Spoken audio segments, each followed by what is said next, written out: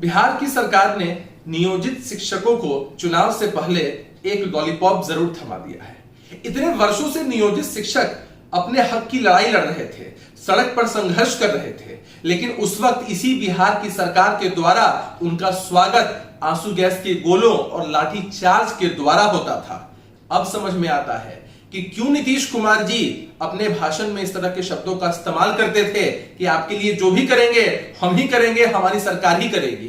क्योंकि उनके मन में यह बात थी कि जो भी फैसला लेना होगा, जो भी शिगुफा देना होगा, चुनाव से पहले लेंगे, ऐन वक्त पर लेंगे, ताकि हम इसका कोई लाभ ले सकें।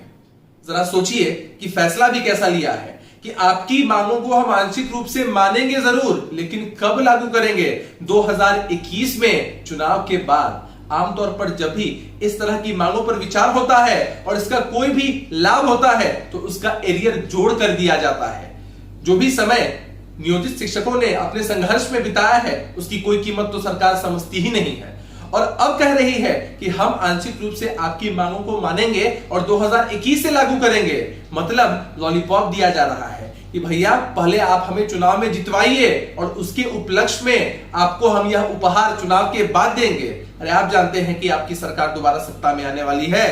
बिहार की सरकार इस बात से भली भांति परिचित है कि चंद दिनों की उनकी सरकार है, लेकिन वे लोग हर संभव प्रयास कर रहे हैं कि किस तरह से जनता को दिग्भ्रमित करके उसका लाभ लिया जाए। लेकिन नियोजित शिक्षक भाई इस बात को बहुत अच्छे से समझ रहे हैं कि उनकी हकमारी वर्षों से हुई है और अब भी हकमारी का ही प्रयास किया जा रहा है।